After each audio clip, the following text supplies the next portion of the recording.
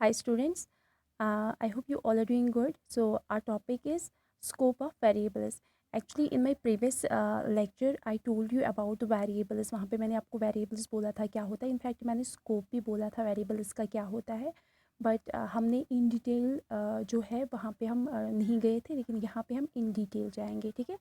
Now see variable का जो scope होता है हम उसको कैसे डिफ़ाइन करते हैं. ये एक मतलब रेंज होती है प्रोग्राम में. ठीक है. किसी भी फंक्शन की मतलब जिसके अंडर वो फंक्शन मतलब एक्सेस किया जा सकता है प्रोग्राम में. ठीक है. या हम दूसरे वर्ड्स में बोल सकते हैं कि स्कोप ऑफ वेरिएबल जो है that is the portion of the program within which it is defined. ठीक है. मतलब उस पोर्शन में, किस पोर्शन में, प्रोग्राम के किस पोर्शन में हम किसी फंक्शन को डिफाइन कर सकते हैं और उसको एक्सेस मतलब एसेस कर सकते हैं. ठीक है. तो उस चीज़ को हम स्कोप बोलते हैं. PHP has three types of scope variables. Okay. First one is local variable, second one is global and third one is static. तो हमारे को यहाँ पे दो वेरिएबल्स को बोला गया है डिफाइन करने के लिए, और वही हम देखेंगे. The first one is local variable. Okay, so local variable is the variables that are declared within a function or called local variables for that function.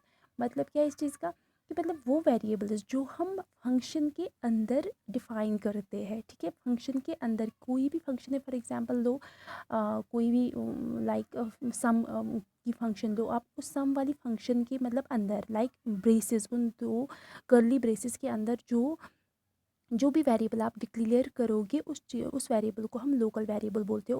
और उस लोकल वेरिएबल का जो एक्सेसिबिलिटी होती है वो उसी हद तक होती है, मतलब उन्हीं दो कर्ली ब्रेसेस के अंदर होती है. उसके बाहर हम उसको चाहे कॉल करें, चाहे हम उसको प्रिंट करना चाहे, हम वो सब नहीं कर सकते हैं. ठीक है.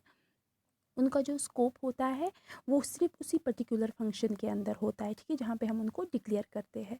So these variables that means local variables they can't be assessed outside the function. ठीक है. क्योंकि उनका स्कोप जो है वो लोकल होता है. Now, a variable declaration outside the function with the same name is completely different from the variable declared inside the function. अब अगर हमने कोई variable inside the function declare किया, मतलब किसी फंक्शन के अंदर हमने कोई वेरिएबल डिक्लेयर किया, जैसे फॉर एग्जांपल इंट ए. ठीक है. और उसको हमने इनिशियलाइज भी करा कोई value.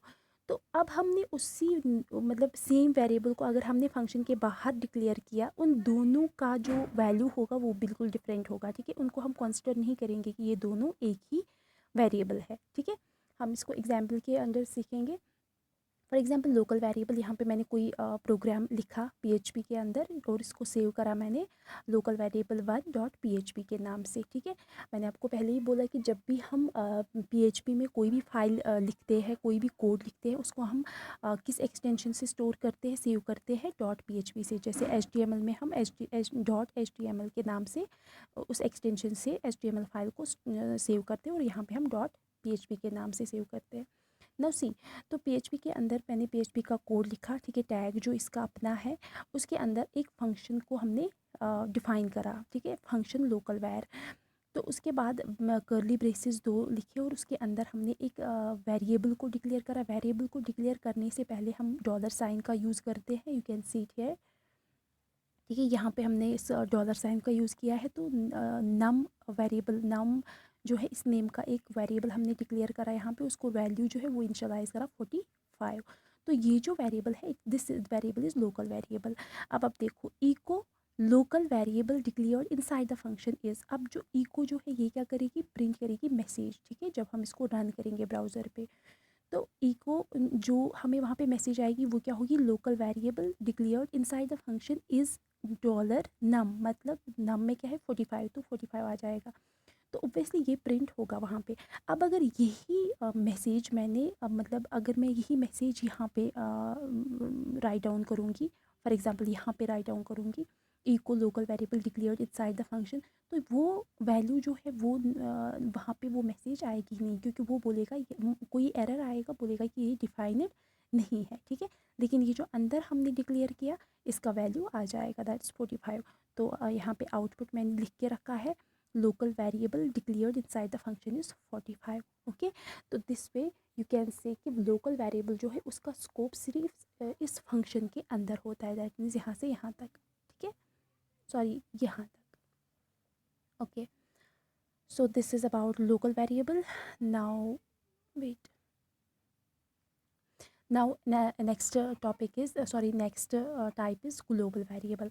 So global variable, I hope कि आपको अब पता चल गया होगा कि जिसको local variable का मतलब पूरा कॉन्सेप्ट आ गया, ग्लोबल वेरिएबल ऑब्वियसली उसको समझ में आ जाएगा. ग्लोबल वेरिएबल हम उन वेरिएबल्स को बोलते हैं जो हम इस फंक्शन के बाहर डिक्लेयर करते हैं. ठीक है, जो भी हमने फंक्शन रिटर्न करी उसके बाहर कोई भी वेरिएबल आप लिखोगे that will be the global variable.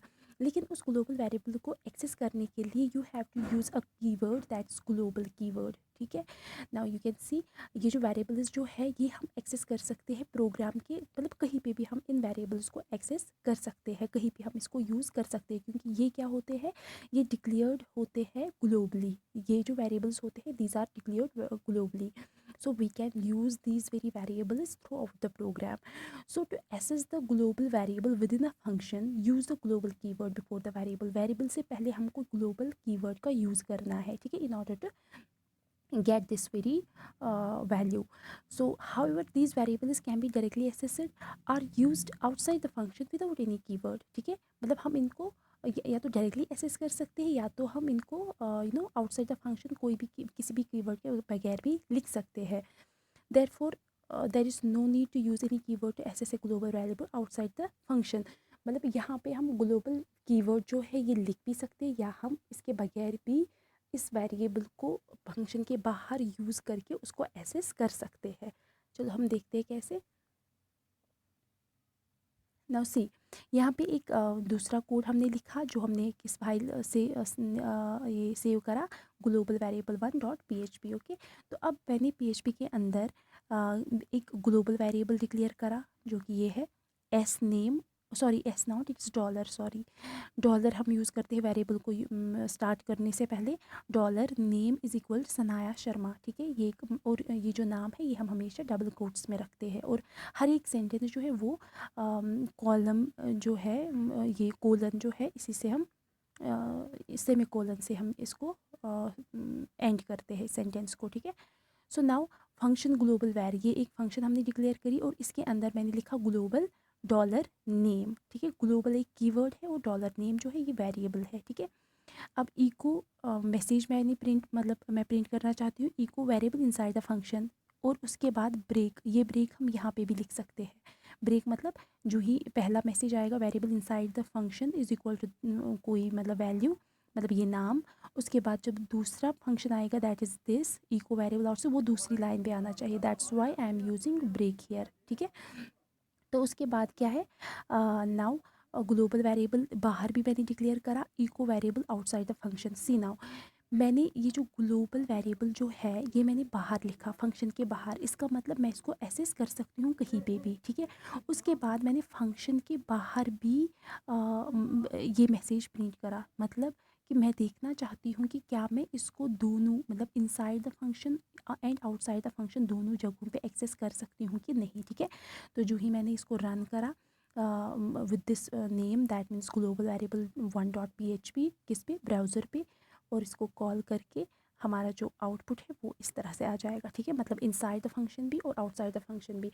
अब अगर मैं इनसाइड द फंक्शन इसको नहीं लिखती, फॉर एग्जांपल अगर मैं ये जो echo variable inside the function ये वाला मैसेज यहाँ पे नहीं लिखती तो हम वहाँ पे भी एरर आ जाता. ऑफ कोर्स के बाहर वाला मैसेज जो है वो प्रिंट हो जाता लेकिन अंदर वाला मैसेज प्रिंट नहीं होता.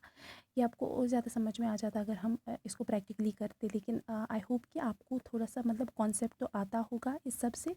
उसके बाद जब हमारा ये जो नेट है इसकी स्पीड थोड़ी सी बढ़ेगी या टाइम आएगा तो मैं आपको हाँ वैसे भी दिखा पाऊँ, और वैसे भी अगर आपको कॉन्सेप्ट समझ में आया आप खुद भी ये सब कर सकते हो फिर. ठीक है, अपनी जगह पे. Okay, so this was today's topic, that's global variables and